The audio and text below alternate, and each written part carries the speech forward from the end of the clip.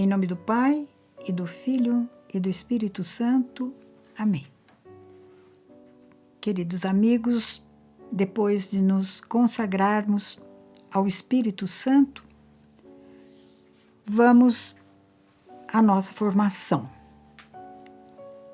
Nós estamos refletindo sobre o nosso ato de consagração a Jesus pelas mãos de Nossa Senhora. Este é o segundo vídeo com este título e quero refletir sobre aquilo que nós dizemos para Nossa Senhora, Mãe de Deus e Nossa Mãe.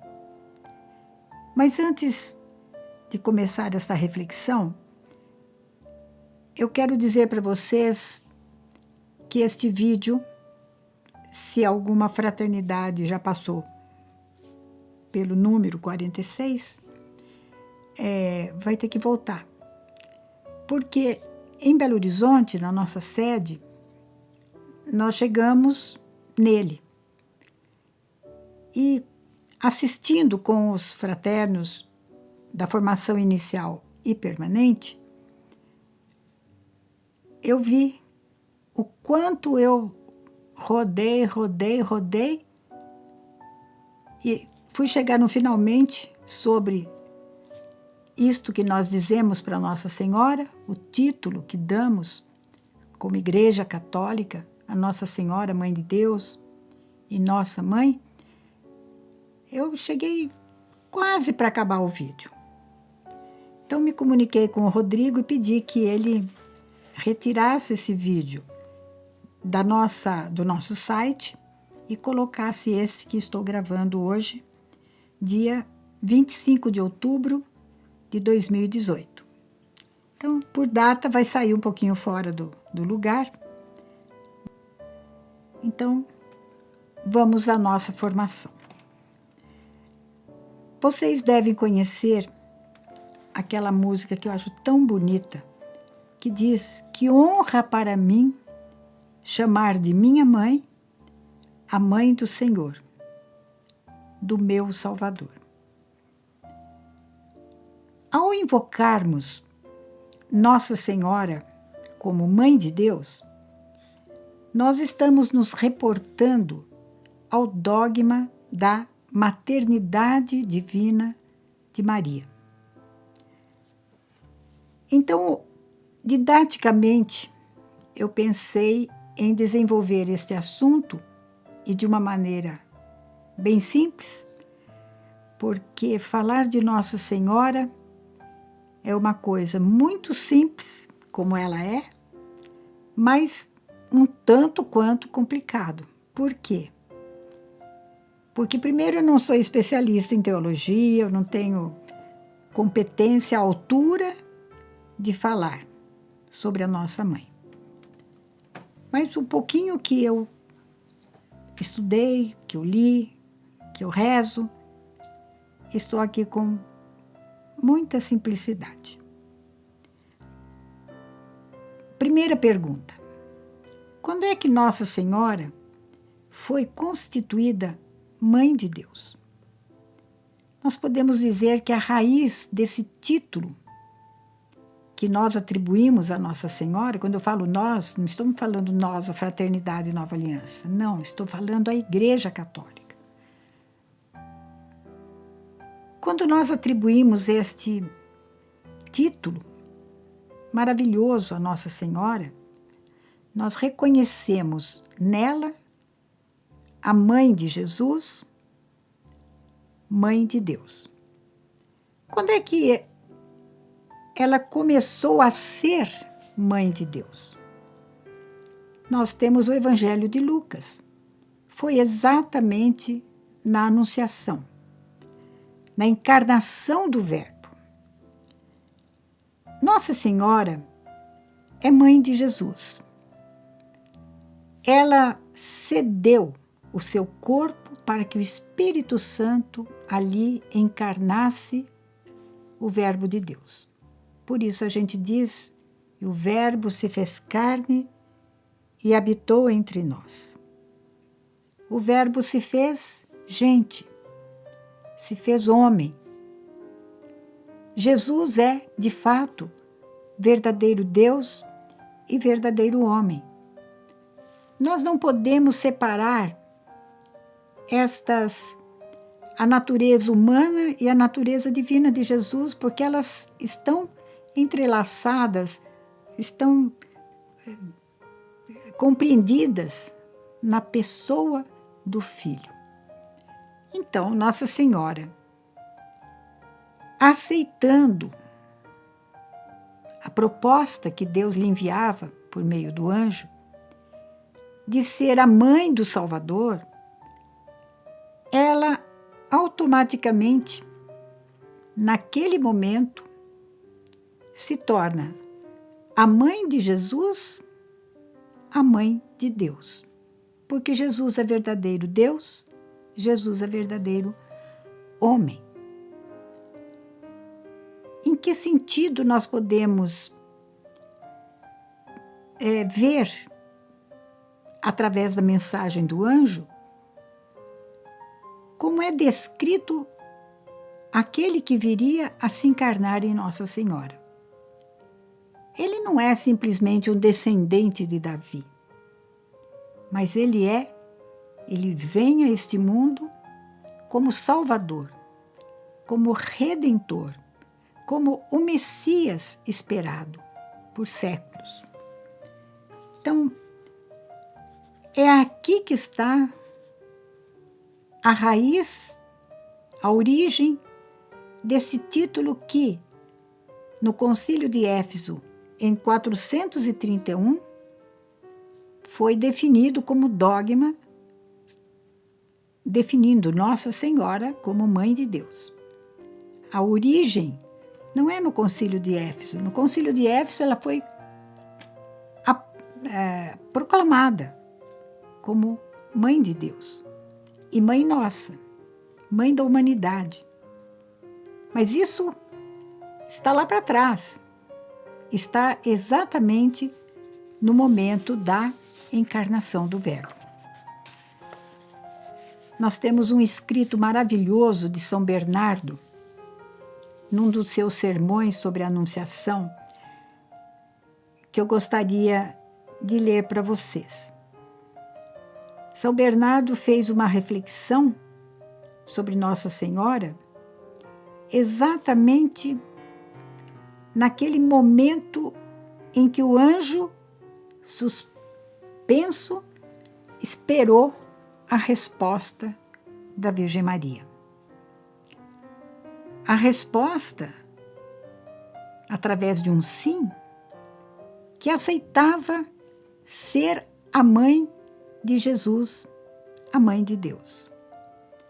Não é simplesmente um sim, mas o sim de Nossa Senhora é o que vai determinar a mudança de rumo de toda a história, de toda a humanidade.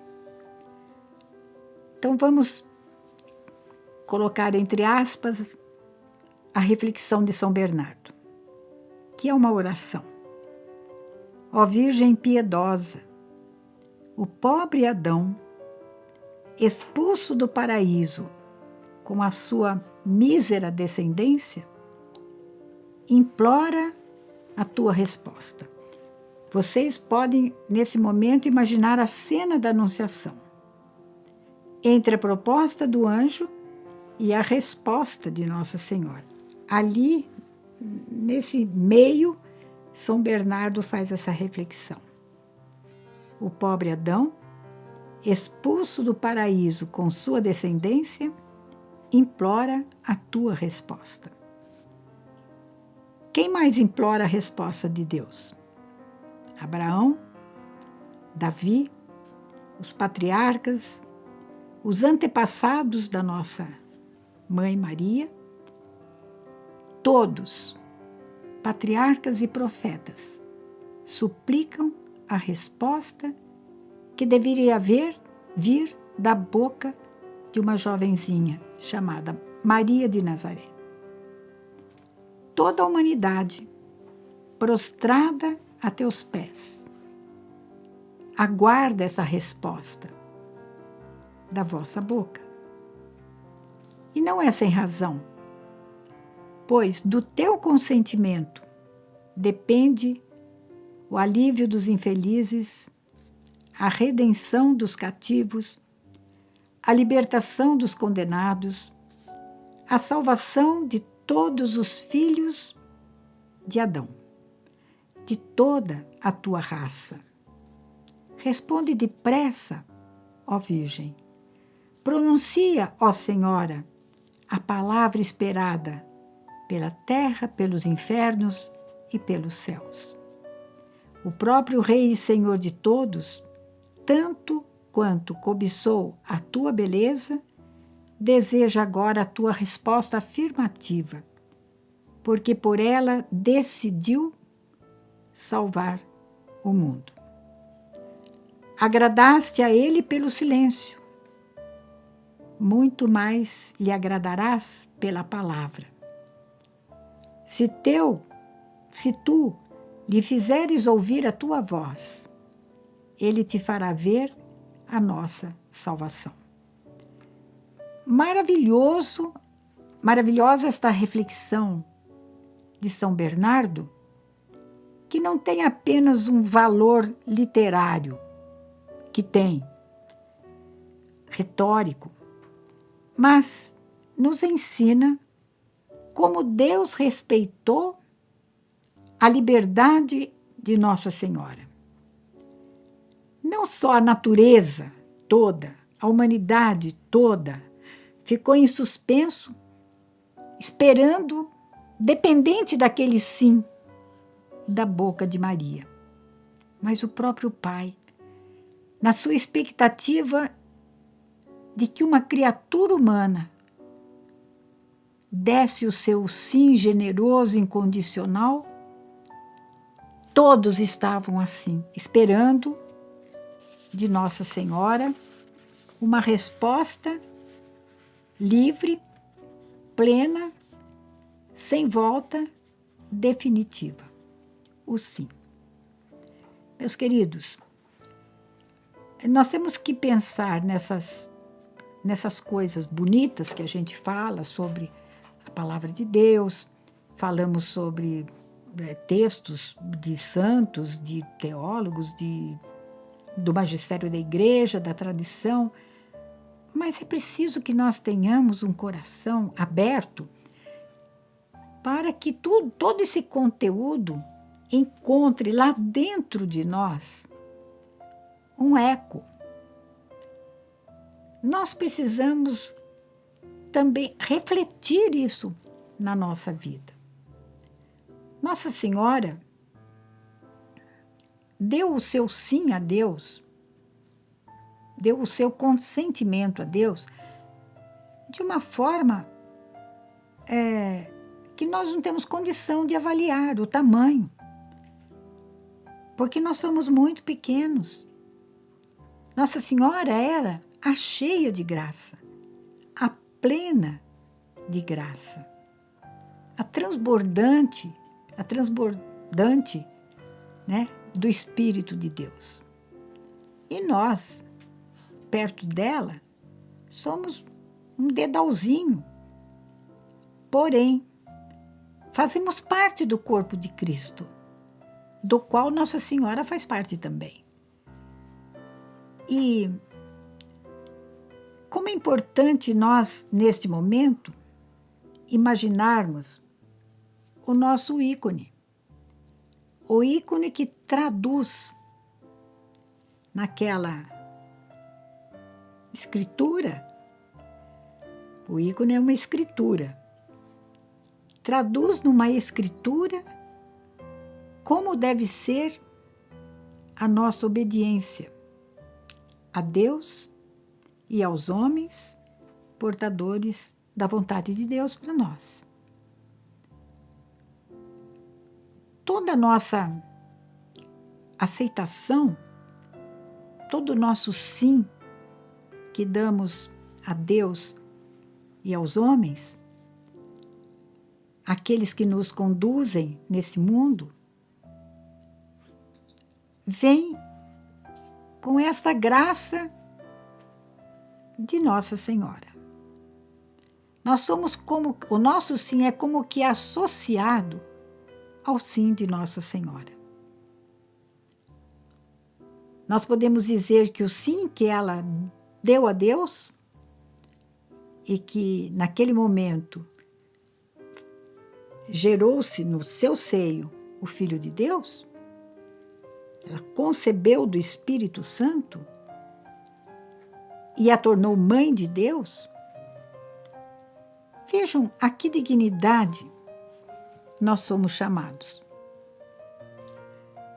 Muito grande. Nós nunca podemos avaliar o peso que tem na nossa vida pessoal, na vida da nossa comunidade, da nossa fraternidade, na vida da igreja, na vida do mundo.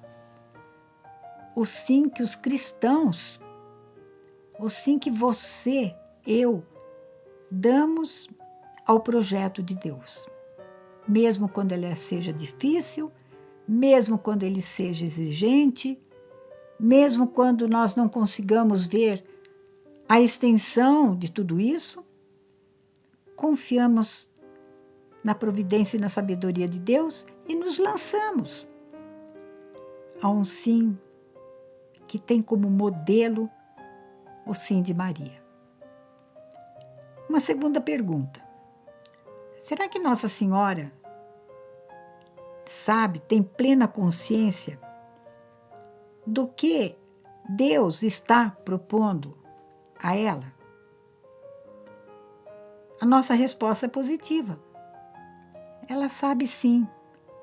Ela tem plena consciência sim, porque era uma mulher que participava da expectativa do seu povo com relação ao Messias. Ah, mas e quando ela perguntou como é que isso vai acontecer se eu não conheço o homem? Não foi uma dúvida que Nossa Senhora apresentou ao anjo. Isso não é dúvida. No coração de Nossa Senhora, o desejo de colaborar com o plano de Deus, colaborar com Deus, era tão cheio do Espírito Santo que a pergunta dela refletia apenas uma coisa: o que é que eu tenho que fazer para que este projeto de Deus se cumpra em mim da melhor forma possível? Por isso, em comunidade, em fraternidade, na nossa realidade Nova Aliança, nós não obedecemos de uma maneira burra, de uma maneira simplória. Não, nós somos pessoas inteligentes. E se eu não conheço, não sei como é que eu posso fazer aquilo que me cabe da melhor forma possível, eu tenho que perguntar. Perguntar não machuca ninguém, não é isso? Perguntar não tira um pedaço da pessoa. Perguntar é próprio do ser humano. É próprio do humilde. Olha, eu não estou entendendo bem, eu quero fazer o que você está me pedindo. Eu quero servir naquele setor onde a comunidade e a fraternidade precisam de mim. Eu quero ser um sim. Mas para que esse sim seja mais plenamente realizado, eu gostaria de saber o que é que eu preciso fazer. Vocês estão entendendo que coisa maravilhosa? Então, o sim de Nossa Senhora é um sim que sabe, que conhece e consente com Deus. Consentir, sentir com a pessoa, o outro. Nossa Senhora, no caso, consentiu com os sentimentos de Deus, com o projeto de Deus. Ela sabe bem o que Deus lhe pede. Claro que não sabe os detalhes todos, mas ela percebe claramente que aquele é o tempo favorável, que aquele chegou à plenitude dos tempos.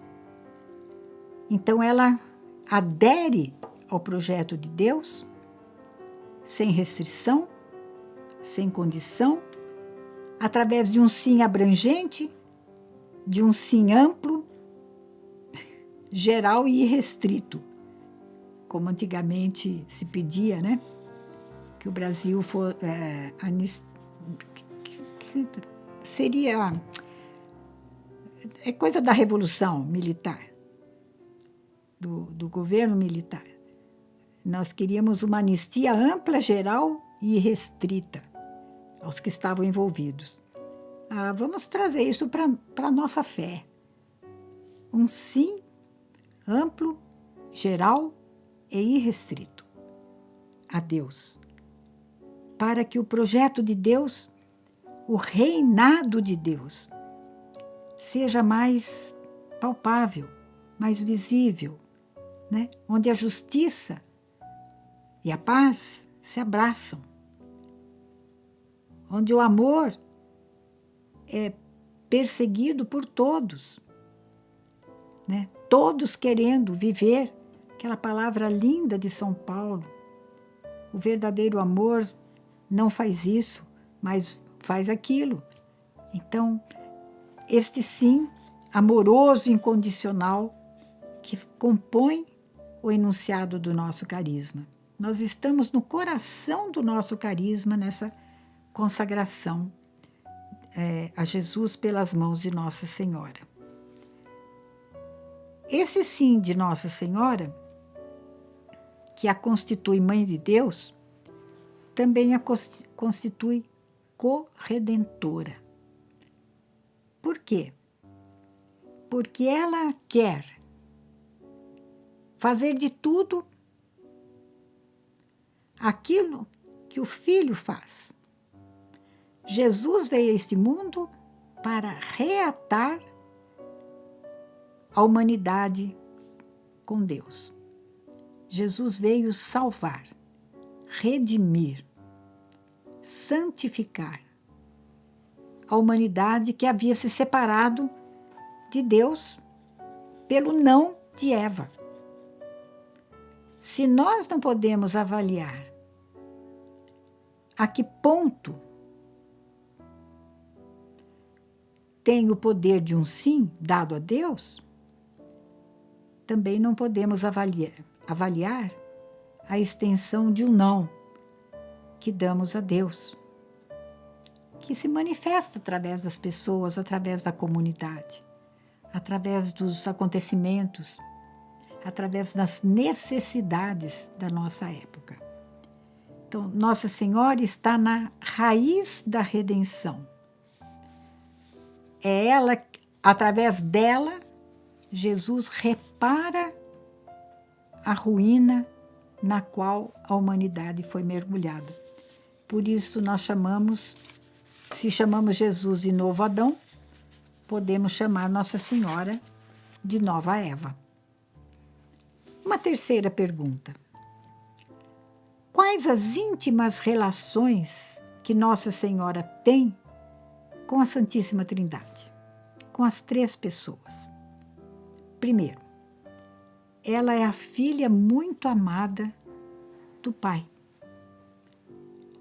E este amor do Pai por essa criatura concebida sem pecado e tão aberta, com liberdade, ela poderia ter dito um não para Deus?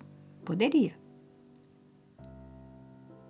Mas, cheia do Espírito Santo que Nossa Senhora era,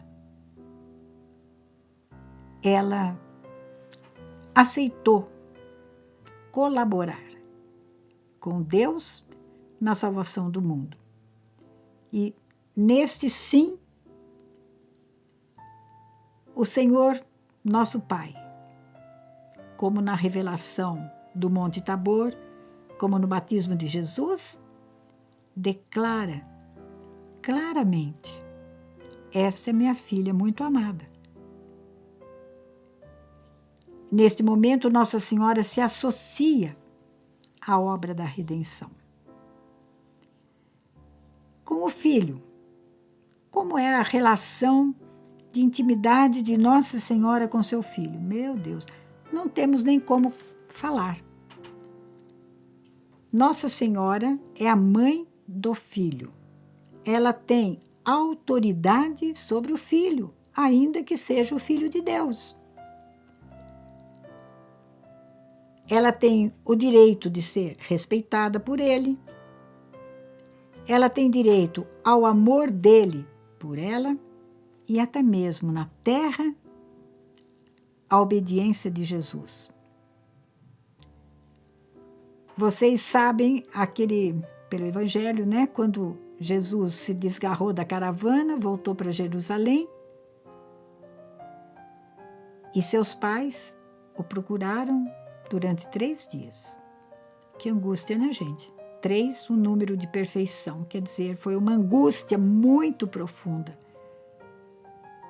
Perder o Filho amado de Deus, aquele que que estava no mundo para recuperar a humanidade para Deus, recapitular, salvar, redimir. Cadê ele? Onde o encontraram? No templo. Fazendo o quê? Respondendo à pergunta dos rabinos, dos líderes religiosos. A gente pode imaginar essa cena, o espavento que tomou conta do coração daqueles adultos diante de uma criança de mais ou menos 12 anos, por tanta sabedoria. No entanto, quando Nossa Senhora e São José o encontram e fazem a pergunta: por que você fez isso conosco? Nós estávamos malucos procurando você em toda parte. O que aconteceu? E Jesus dá aquela resposta sábia, maravilhosa. Vocês não sabem que eu devo estar ocupado com as coisas do Pai? Pergunta que vai fundo no nosso coração. Com o que nós estamos nos ocupando? Olha, eu posso dizer que entre vocês, com quem eu mais convivo e que são o meu braço direito e esquerdo, vocês que estão convivendo comigo pelo menos 2 vezes por semana, intensamente, eu sei quanto deve ser difícil vocês organizarem a vida de vocês enquanto cristãos, missionários, que têm que responder para Deus, que têm que pôr em prática os dons que Deus lhes concedeu e, ao mesmo tempo, vocês têm que cuidar da família, vocês têm que prover o sustento, vocês têm que trabalhar, vocês têm que estar inseridos na sociedade tão exigente. Mas se Deus for posto em primeiro lugar, se os interesses de Deus forem postos em primeiro lugar, quer vocês estejam se dedicando diretamente a uma obra, a um serviço missionário, comunitário, fraterno, vocês estão fazendo o que é necessário vocês fazerem no mundo para manterem a família, as suas responsabilidades sociais. Vocês impregnarão com o espírito com que vocês servem a Deus, vocês servirão à sociedade. Então, com relação ao Filho, ela é mãe. Nossa Senhora, por isso, terá, na obra da redenção, na obra da santificação da humanidade, um papel secundário, porque o principal autor de toda a redenção, de toda a salvação, é Jesus. O papel secundário, todavia, de Nossa Senhora não é irreal. Ele é real. E nós podemos afirmar o que nós afirmamos nos lembrando das bodas de Caná. Não foi ela que transformou água em vinho, mas ela apenas disse para os empregados: façam tudo o que ele disser para vocês fazerem. Foi esse o papel de Nossa Senhora: ensinar-nos a fazer em tudo a vontade de Deus. Toda a água se transformará em vinho. Toda a inconsistência, às vezes, do nosso trabalho missionário, meu Deus, no que vai dar isso? É Deus que firma raízes através daquilo que fazemos. E com relação ao Espírito Santo? Nossa Senhora é o templo privilegiadíssimo do Espírito Santo. São Paulo diz que cada cristão é um templo onde o Espírito Santo habita. Imaginem o coração de Nossa Senhora, que nunca conheceu o pecado. Totalmente livre, plenamente consciente, plenamente aberta ao plano de Deus. Claro que o Espírito Santo agia ali com total liberdade e adesão por parte de Nossa Senhora. Nós estamos, então, com mais uma pergunta, e essa é a última. Agora entramos na segunda parte desta pregação. Nossa Senhora, Mãe de Deus e nossa Mãe. Por que nós temos o direito de nos considerarmos filhos e chamar Nossa Senhora de mãe? Porque, sendo mãe de Jesus Cristo, Nossa Senhora é também mãe do corpo místico de Cristo.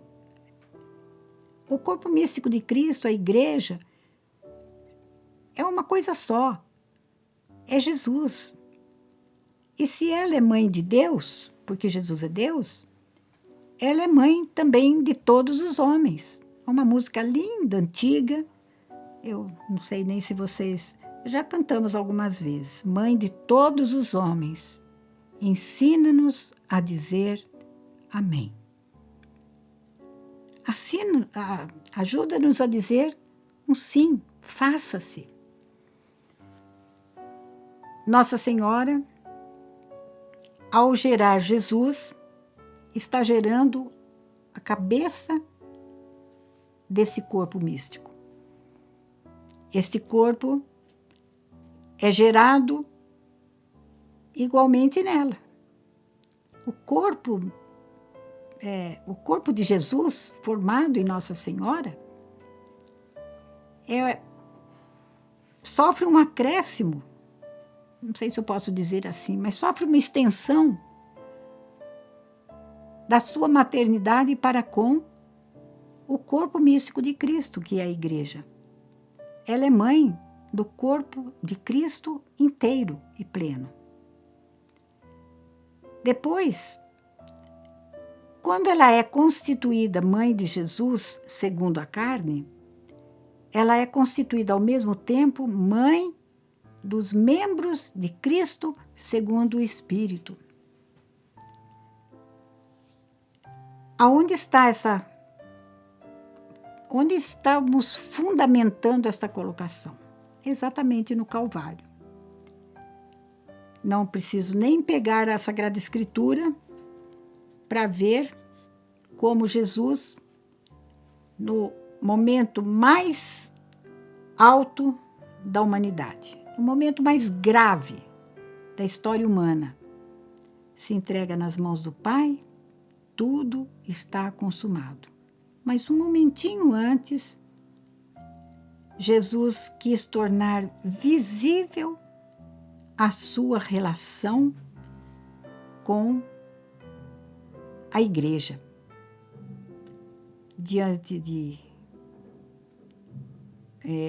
de São João, evangelista, do alto da cruz, Jesus diz para João: eis aí a tua mãe. E para Nossa Senhora: eis aí o teu filho. Claro que a gente fica, meu Deus do céu, que má vontade daqueles que não aceitam que Nossa Senhora é nossa mãe. Estão perdendo tempo, porque pegam tão ao pé da letra. Jesus estava falando do João. João, você aí, Joãozinho, a sua mãe agora é a minha mãe. Eu estou deixando ela para você tomar conta e estou entregando a ela o cuidado sobre você. Mas a mãe de João estava lá no Calvário. Jesus estava falando de uma outra maternidade. Jesus estava falando de uma outra realidade. Na figura do apóstolo, na pessoa de João, do apóstolo São João, nós estávamos ali. Jesus está considerando a humanidade de todos os tempos, de todos os lugares. Por isso nós falamos com muito afeto filial, com muito carinho. Nossa Senhora, Mãe de Deus e nossa mãe. O compromisso da semana hoje vai ser um pouco diferente.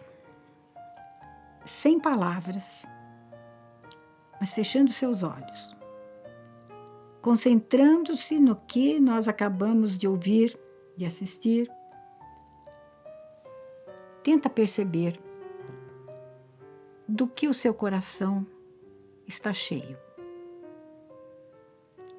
Louvado seja nosso Senhor Jesus Cristo. Para sempre seja louvado. Amém. Em nome do Pai, e do Filho, e do Espírito Santo. Amém.